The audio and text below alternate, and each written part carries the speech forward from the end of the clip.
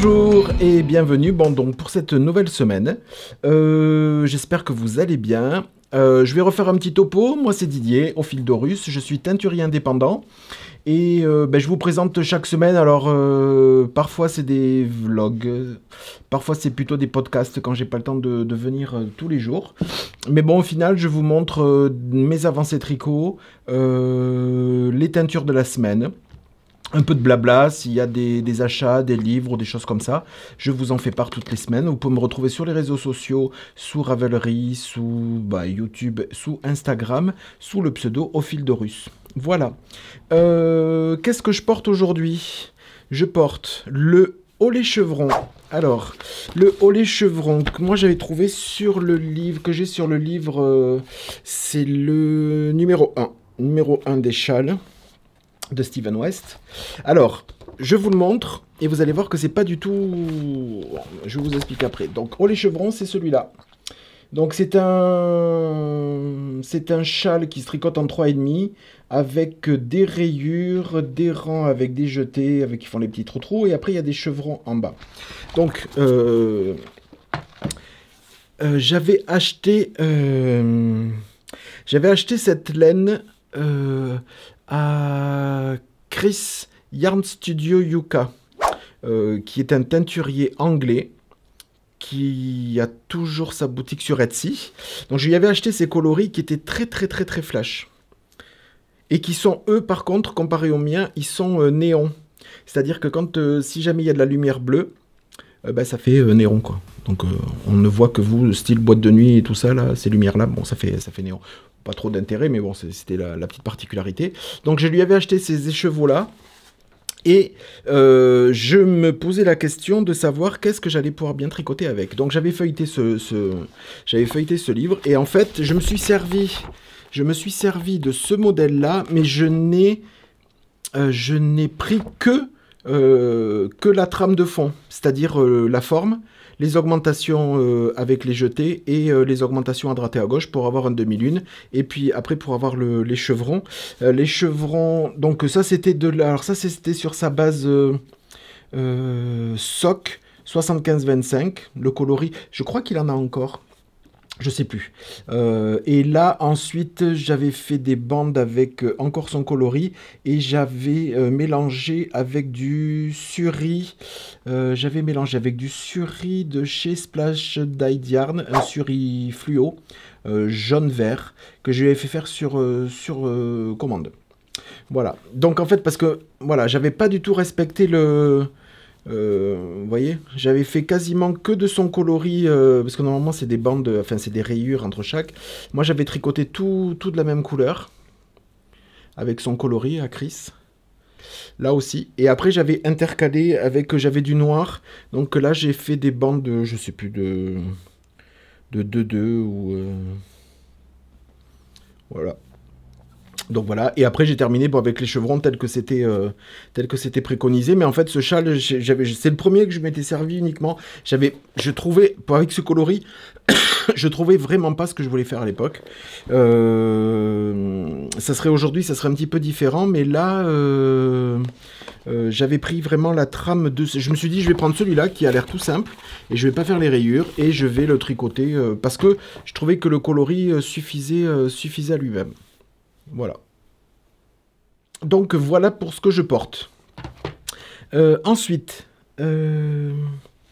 j'ai fait un peu de tri dans le garage. J'ai vu qu'il me restait de l'i-cord que j'avais commandé à l'époque à Lydia Crochet Tricot. Oui, parce que j'avais fait des tapis, j'avais fait des choses comme ça, des sacs aussi en i-cord. Donc j'ai vu qu'il m'en restait pas mal, et j'ai retrouvé, parce que c'est vrai que je l'avais acheté il y a un petit moment. Alors quand je vais le faire, je sais pas, mais ça peut éliminer quand même, parce que j'ai quand même pas mal d'i-cord, quoi. Donc j'aimerais bien essayer à temps perdu. Temps perdu, c'est un grand mot, parce que je sais pas si je vais en avoir, mais des petits trucs, ou au moins pour essayer. Alors je m'étais acheté le livre, ce livre-là, de macramé. Hop.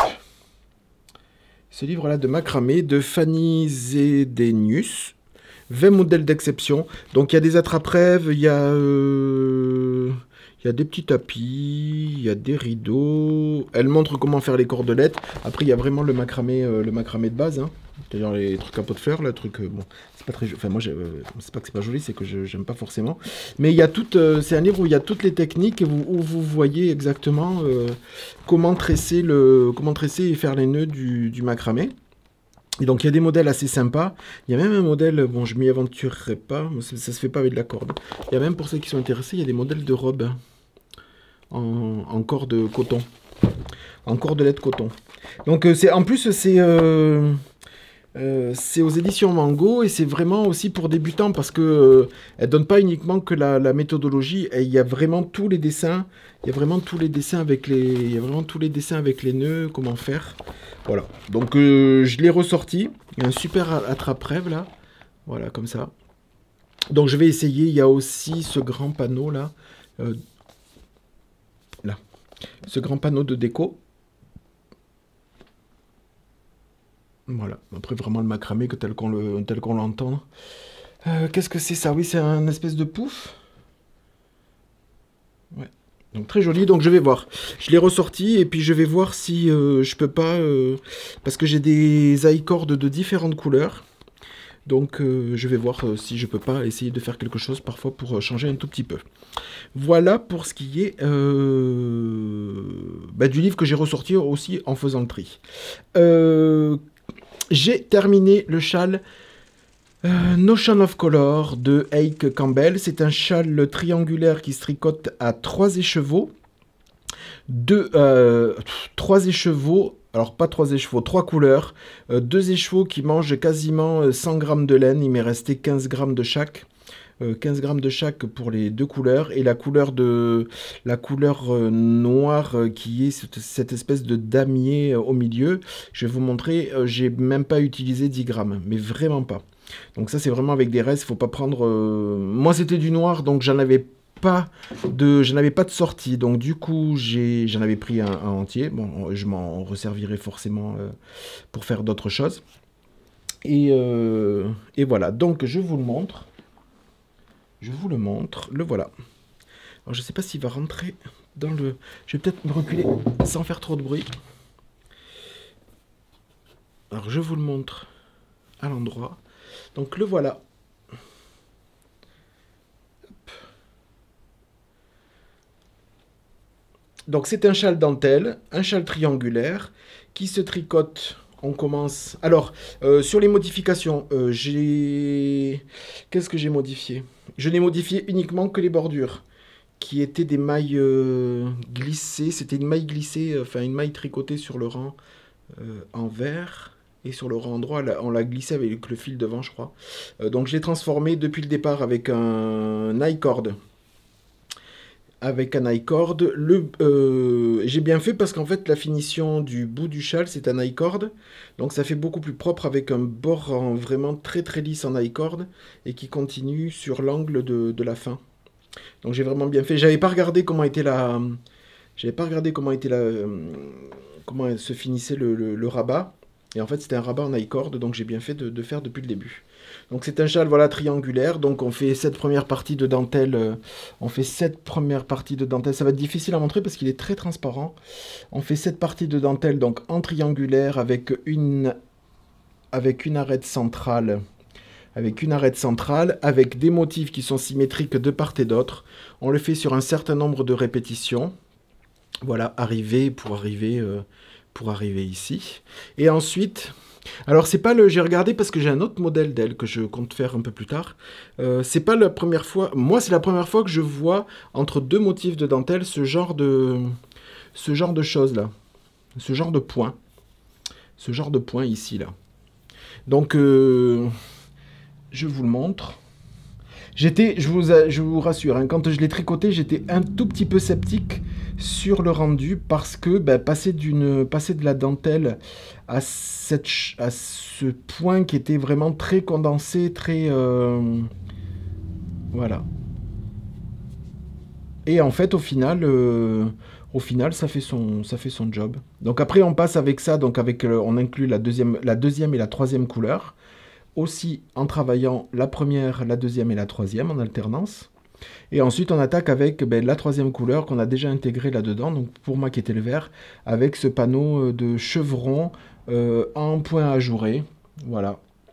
Qui est très facile parce que c'est multiple avec des arêtes centrales de chaque côté. Donc ce que je vous disais une fois, c'est qu'il n'y a vraiment pas besoin de marqueur parce qu'on sait qu'entre ce point-là, entre les deux arêtes, ben, quand on arrive, c'est repérable. L'arête pendant le tricot sert de marqueur. C'est-à-dire que ce point central nous stipule ben, qu'on arrive à la fin du motif. Donc si on s'est trompé, voilà, c'est ça qui nous sert de. Donc c'est pour ça que sur celui-là, j'avais pas mis de. C'est pour ça que celui-là, j'avais pas mis de. Donc je pense qu'il est un peu plus grand que le modèle préconisé.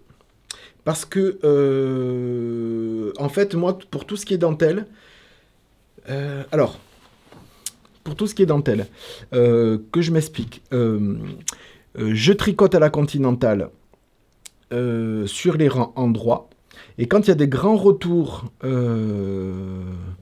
en point envers, je le tricote à l'anglaise. Parce que ma méthode de tricot à la continentale sur le point envers, quand c'est toute une rangée de points envers, je tricote à la continentale, je tricote le point envers très très lâche.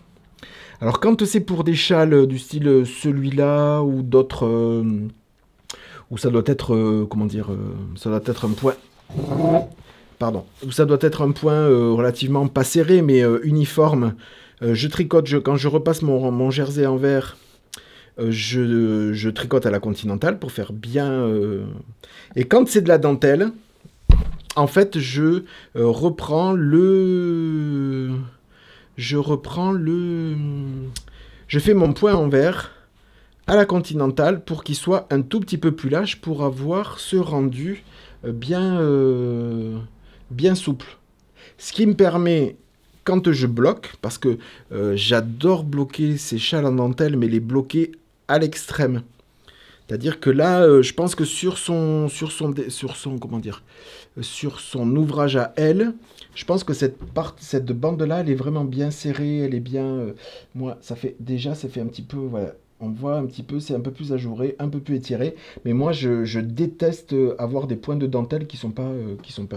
Donc ça fait un ouvrage très très très très presque transparent. Bon, déjà parce que la dentelle est faite ainsi, mais il est très très léger et très très fluide du fait, voilà, moi je m'accorde à faire la dentelle comme ça, chose que je fais aussi sur le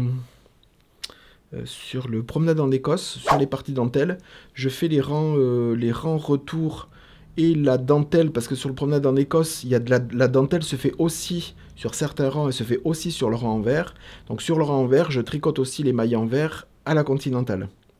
Donc du coup, ce qui rend la dentelle beaucoup plus souple et beaucoup moins serrée avec ma façon de tricoter, attention.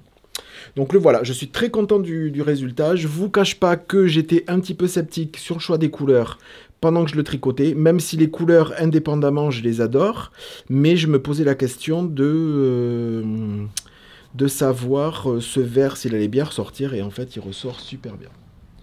Hop, voilà. Donc il a plein de jolies nuances. Voilà. Attendez, je vais vous les tirer comme ça. Voilà. Il a plein de jolies nuances. Je l'ai bloqué forcément en chevron, ce qui était recommandé. Parce que j'aime pas forcément les châles très... Alors c'est des... la dentelle est fine, donc le blocage prend un poil moins fort le chevron que quand c'est un point un peu plus solide. Mais on voit quand même que c'est déjà des petits pics à chaque bout d'éventail, à chaque chevron. Voilà. Donc j'en suis super, super, super, super content. Voilà. Donc là, question dentelle, je vais stopper un tout petit peu. Il y en a encore, mais bon, il n'y a pas que ça sur le promenade en Écosse. Donc du coup, j'ai un autre modèle de... cette designeuse dans ma bibliothèque. Pareil avec... alors c'est pas du tout le même principe ici, mais il y a encore une petite bande comme ça, qui est un peu plus sympa sur le suivant. Je vous en parlerai quand je le ferai. Mais n'hésitez pas à aller voir son Ravelry, elle a plein de jolis modèles. Et c'est une designeuse... je sais pas de quelle nationalité elle est.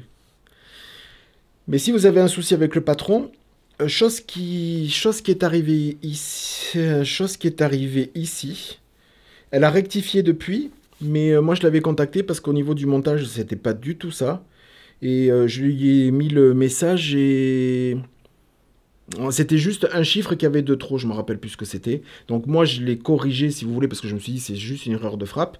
Donc je lui avais déjà envoyé le message avant de le continuer et elle m'a répondu dès le lendemain, dès le lendemain. Et depuis elle a mis le patron, elle a fait le correctif dans la foulée. J'avais la mise à jour sur Ravelry quasiment instantanément après sa réponse. Elle avait corrigé le patron. Donc s'il y a un souci ou si vous avez des questions, elle répond relativement vite au message.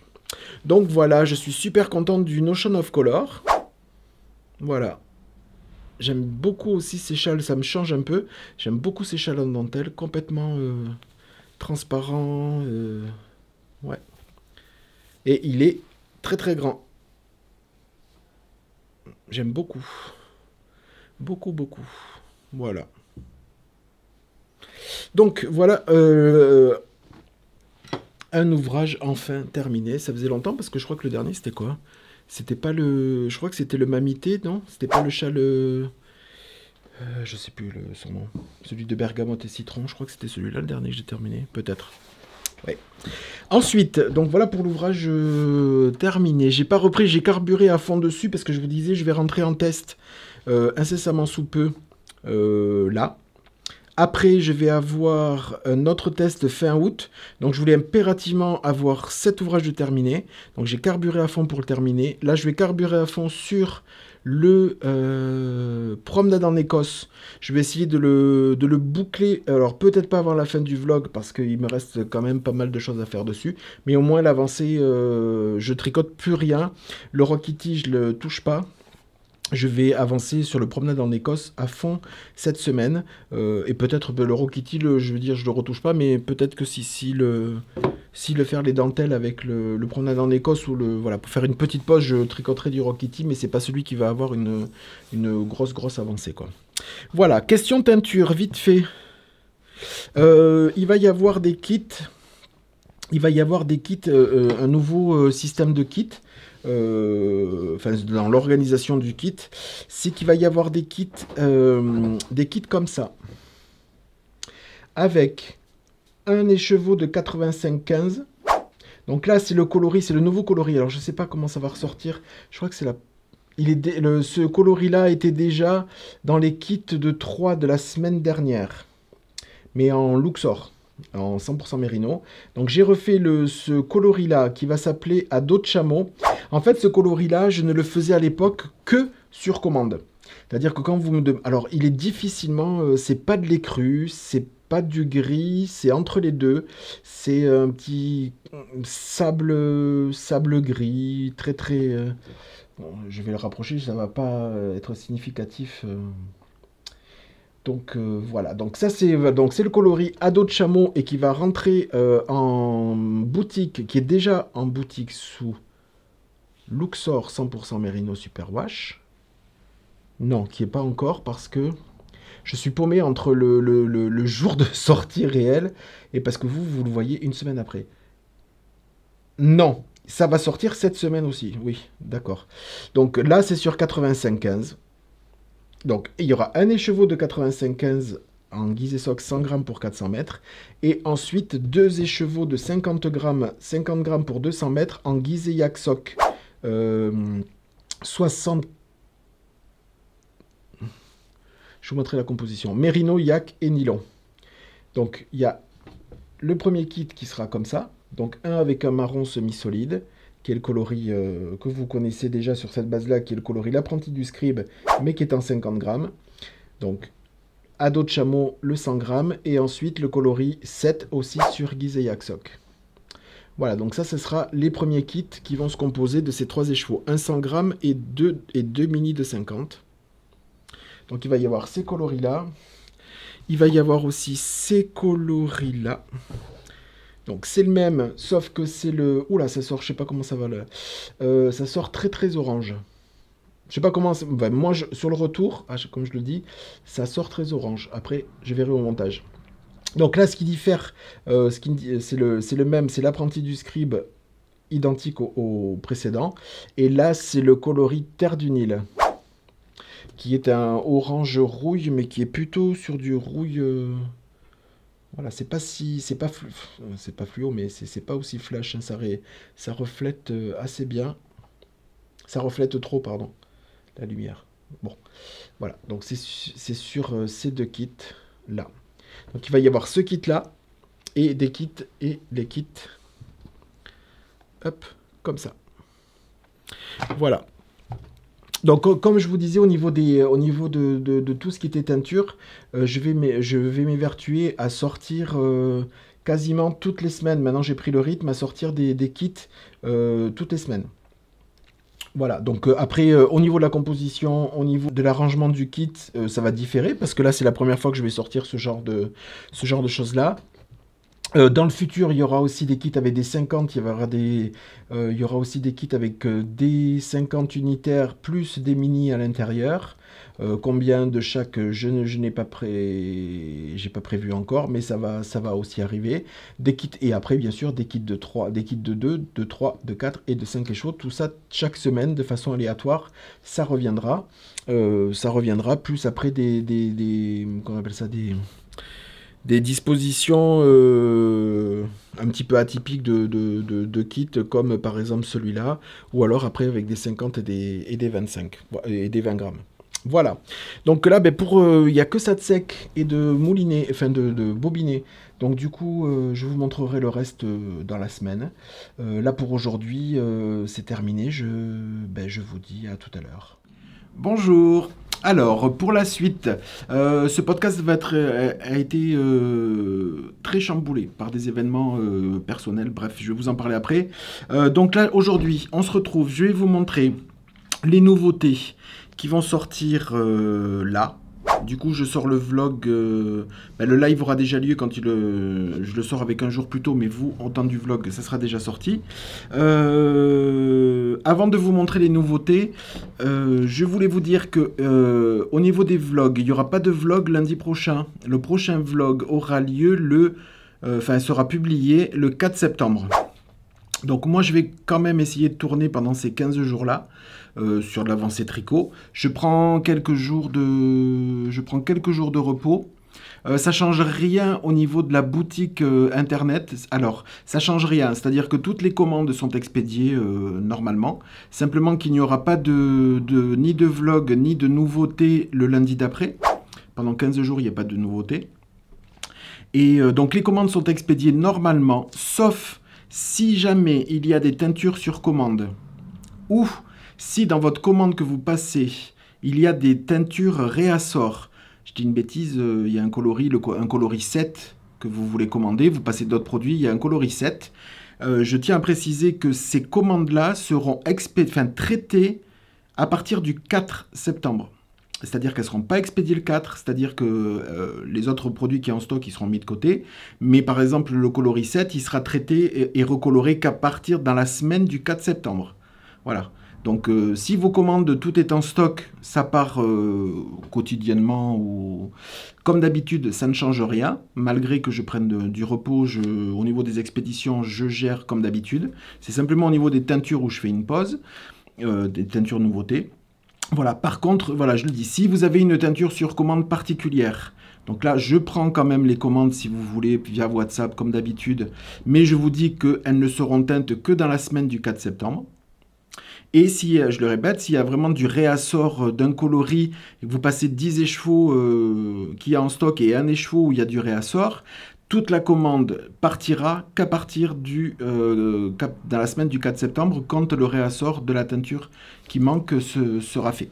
Voilà, je fais de la teinture, je fais une pause de teinture pendant 15 jours, je ne traite même pas les réassorts. Voilà, je fais une pause.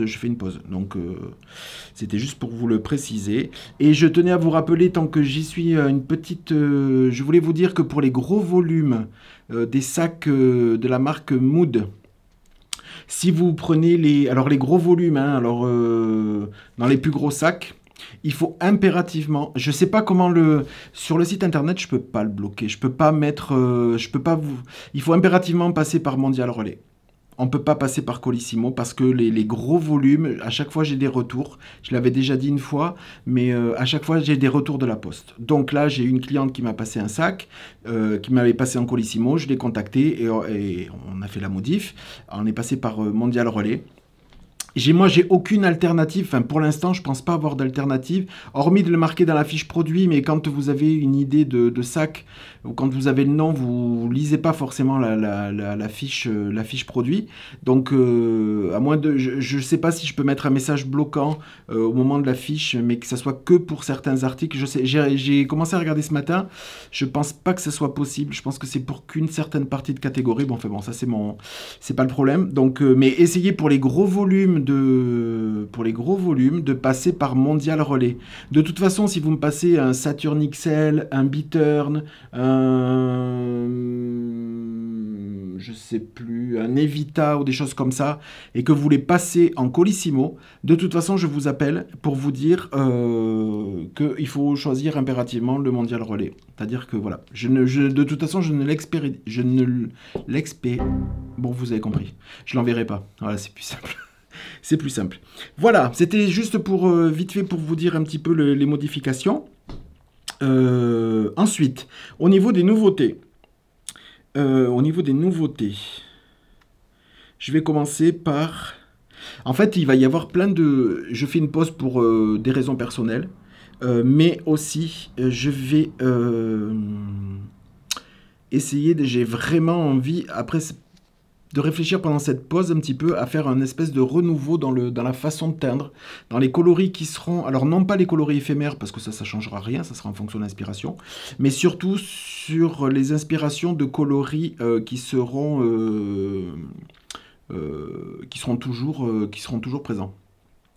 Voilà, j'ai vraiment envie de faire des gammes de coloris. Alors il faut vraiment que je réfléchisse, parce qu'il y a chez Ophildorus, il y a vraiment les incontournables. Il y a les coloris 7, c'est les rouges, il y a les Cléopâtres, c'est les violets, il y a les marrons, l'apprenti du scribe, tout ça. Bon, si vous me suivez, vous connaissez. Mais j'ai vraiment envie de dévier toujours de ces couleurs. Alors il n'y a pas que des couleurs primaires, mais j'ai vraiment envie de dévier vers des coloris semi-solides permanents, mais qui sont pas forcément... qu'on trouve pas chez tout le monde et qui sortent un petit peu de l'ordinaire. Un, pour vous, pour que vous ayez un peu plus de choix.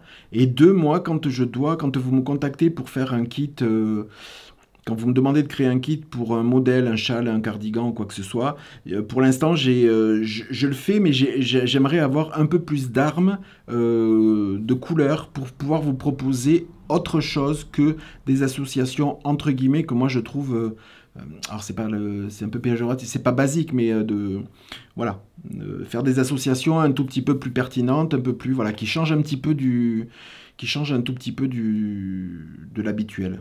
Voilà.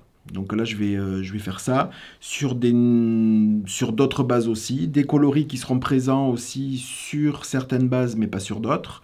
Ça, je vais aussi vraiment faire le tri, alors pas le tri des bases, mais le tri des coloris que je trouve moins intéressants sur certaines bases. Donc ça aussi, ça va être réfléchi pendant cette petite période. Voilà, en attendant, il va y avoir, au niveau des mises à jour, je vais sortir des coloris éphémères sur la base Guise et Sox Bambou. Alors c'est en édition, là aussi, ça sera toujours du Pop and Speckle, donc c'est vraiment de l'éphémère. Donc sur base Guise et Sox Bambou, laine vierge, bambou naturel et nylon, c'est de la fingering. Donc il y aura ces deux coloris-là. Donc le jaune, le premier, c'est le coloris Pop and Speckle 2. Donc c'est un jaune fluo, mais sur la bambou, du coup, ça c'est pas un jaune fluo très flash. Je vais l'avancer. Voilà. C'est un jaune avec multicolore, avec plein de speckles à l'intérieur, des violets, des fuchsias. Donc voilà. Donc ça c'est dans les teintes de jaune fluo. Et il y a celui-là où il y a... Hop. Il y a celui-là où il y a des violets, des parmes, des marrons, un peu de speckle dessus. Mais toujours, du coup, avec ce bambou qui atténue un petit peu. Donc ça fait vraiment... je trouve que ça fait très joli. Même les deux associés, ça le fait. Voilà, donc Pop and Speckle 2 pour le jaune et Pop and Speckle 3 pour le violet marron. Voilà, parce que violet marron, parce qu'il y a des marrons assez tendres à l'intérieur. Voilà, avec des violets, des roses, parfois un petit peu de bleu. Ouais, très sympa. Donc ça, c'est Pop and Speckle 3. Ensuite, nouveau coloris qui arrive. Je vous l'avais déjà présenté sur l'un des kits, enfin non, sur les kits de 3, 4 et 5. C'était le coloris sable grisé, sable grisé. Donc le coloris, il va s'appeler Ado de chameau. En fait, ce coloris-là, c'est donc c'est celui-là que je vous avais déjà montré. Je l'avais déjà teint la toute première fois. C'était sur une teinture sur commande pour Paul, qu'il avait utilisé pour un châle à mosaïque. Et je n'en avais pas reteint depuis. Et donc là, j'en ai reteint. Je vous ai montré des kits au début de l'épisode. Donc je les reteins sur 85-15, mais que pour l'instant pour les kits. Et là, maintenant, il arrive en Luxor 100% Mérino. Alors à la caméra, je ne sais pas si on va vraiment... Donc c'est vraiment un écru avec des petits reflets cendrés, enfin cendre gris. Voilà, vraiment un coloris sable léger, grisé. Donc ce coloris, il va exister sur 100% Merino Superwash, sur la gamme Luxor. Et il arrive aussi sur Donegal, Tep Donegal. 85% Merino Superwash, 15% Donegal Nep. 100 grammes pour 400 mètres aussi. Donc les deux coloris, il s'est un peu plus saturé sur la Donegal que sur la Luxor. Mais c'est le même coloris. Donc ça, c'est les nouveautés. C'est le coloris Ado de chameau. J'ai fait un réassort, je le montre vite fait, en Donegal du coloris L'apprenti du scribe. Voilà, j'en ai fait assez de tous ces coloris pour que ça puisse tenir le temps de mon repos. Et qui matchent les deux super bien ensemble. Si vous avez à les associer, par exemple, ça fait une superbe association. Voilà, vraiment un contrastant dans la même gamme de couleurs et dans la même base surtout. Voilà, avec les deux qui ont des neppes. Voilà. Effet tweedé. Donc, ensuite, le coloris terre sur base Gizeh Yaksok, le coloris terre d'Égypte revient. Il a eu été présent, mais il revient maintenant sur Gizeh Yaksok. Il reviendra très certainement à la rentrée sur la base. Alors ce coloris-là, je ne peux le refaire que sur base Yak. Donc il sera disponible sur celle-là, sur Gizeh Yaksok, et sur la base tibétaine, Merino Yakeswa. Mais pour l'instant, il est que sur Gizeh Yaksok. Voilà, donc c'est le coloris Terre du Nil. Et ensuite, j'avais teint il y a pas mal de temps, j'avais teint un coloris sur Gizeh Sok 75-25, je l'ai fait aussi sur Merino Bambou. Mais vu que c'était en début d'été, j'avais fait quelque chose de très... Enfin, printemps-été, j'ai fait quelque chose de vraiment avec du nantin, des coloris rouges, orange, mais vraiment... très saturé au niveau des speckles, mais quand même avec pas mal de blanc et de nantin. Donc là, j'ai ressorti, donc ces coloris-là n'existent plus, proprement dit. Et je ressors le coloris Caravane du désert sur deux bases pour l'instant, sur Luxor 100% Merino, mais en base single, et sur Tep Cocoon, le mélange mohair et soie. Donc voilà ce que ça donne sur... Je vais vous montrer les deux. Donc là, du coup, beaucoup plus saturé que les premiers, parce qu'on arrive maintenant fin d'été, et puis pour tricoter un petit peu, ça va rentrer dans les coloris d'automne. Donc beaucoup plus saturé. Donc avec des rouges, des oranges, des marrons, il y a parfois un petit peu de vert, plus ou moins saturé suivant les bains, mais il y a toujours du vert à l'intérieur. J'ai essayé à ce que ce soit vraiment très fondu, que ce soit pas spéculisé. Il y en a quelques-uns qui ont tenu, mais c'est vraiment très léger. Je voulais vraiment quelque chose de très très très fondu. Donc ça, c'est sur base 100% Merino single.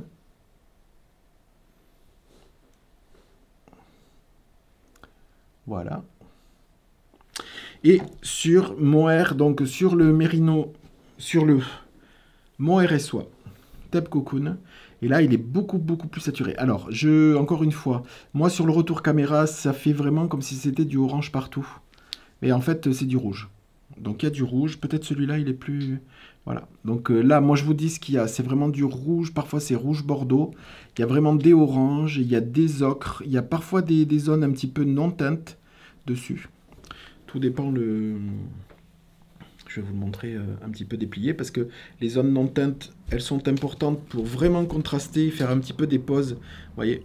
Donc attention, quand je dis non teint, c'est pas blanc-blanc. Hein. Ça a été... ces couleurs un petit peu comme des couleurs pêche. Le orange qui a coulé vraiment de façon très très douce. Donc voilà à peu près ce qu'on a sur les chevaux. Où là on a, voilà, là on a les rouges, on a les bordeaux. On a les bordeaux qui se sont bien fondus de chaque côté en bordeaux rouge. Et puis ensuite on a les oranges. On repart un petit peu avec du non-teint, avec des petites touches. Voilà. Donc voilà ce qu'on a sur Theb Cocoon. Donc, et les deux matchent super bien ensemble pour faire des associations. Si vous voulez les mélanger, ça match super bien ensemble.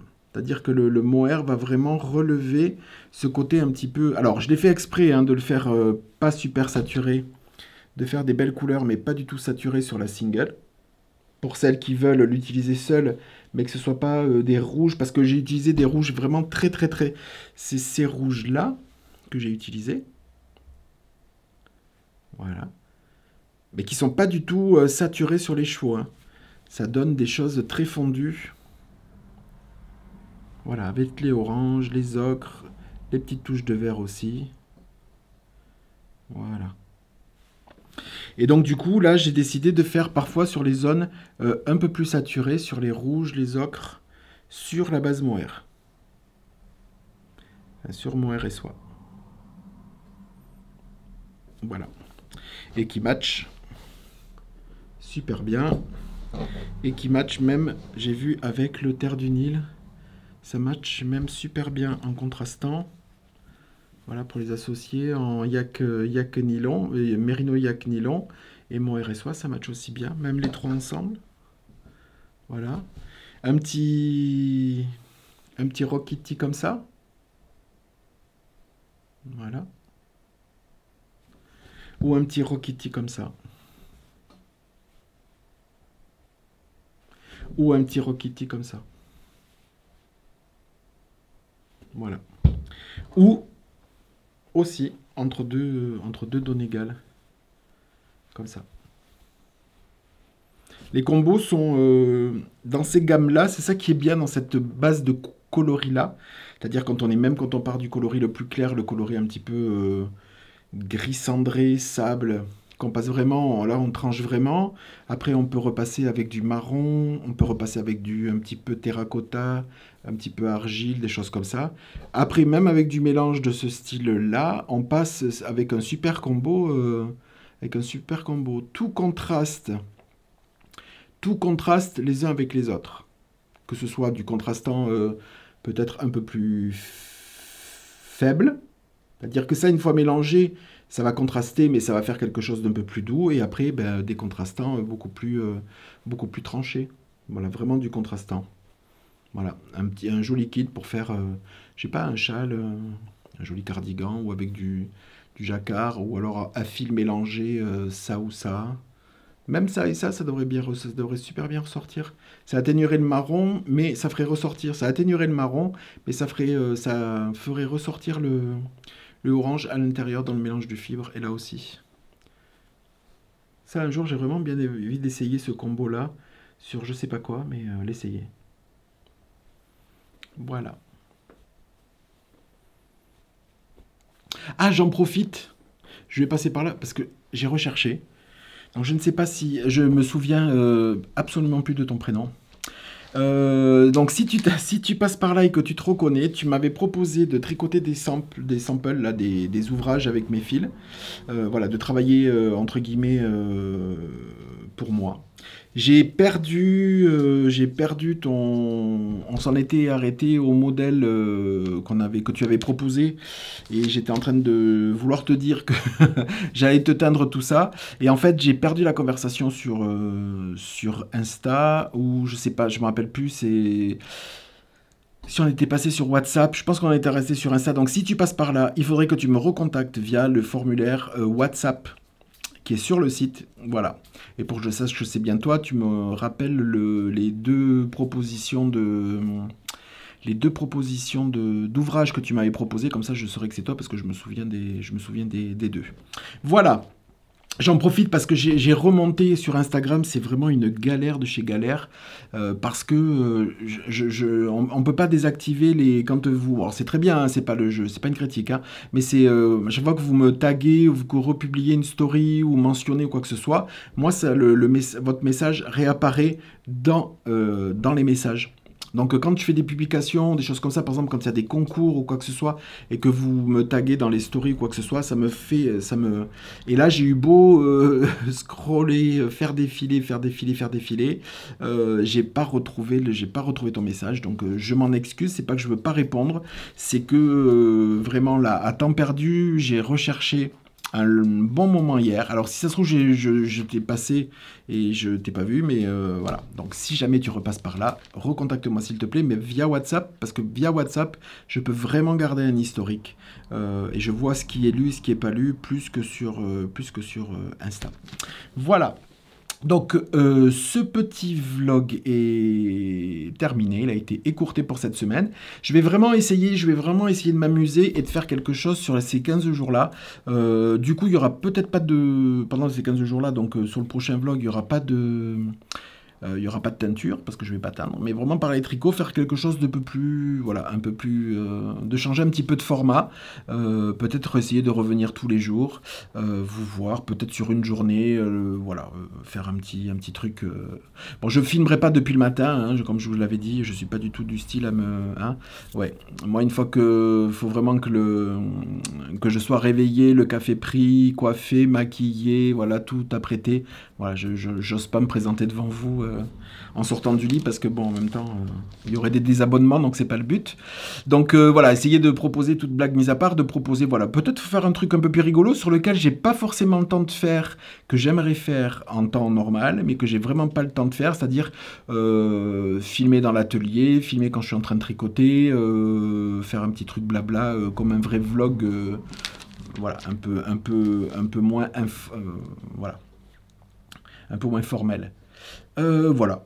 Donc je vais essayer ça ou pas. Il y aura quand même un vlog, mais je sais pas ce que je vais faire. Je sais pas, parce qu'il y a des choses à régler qui sont beaucoup plus importantes. Donc je vais d'abord faire ça pour moi et pour nous. Et puis voilà.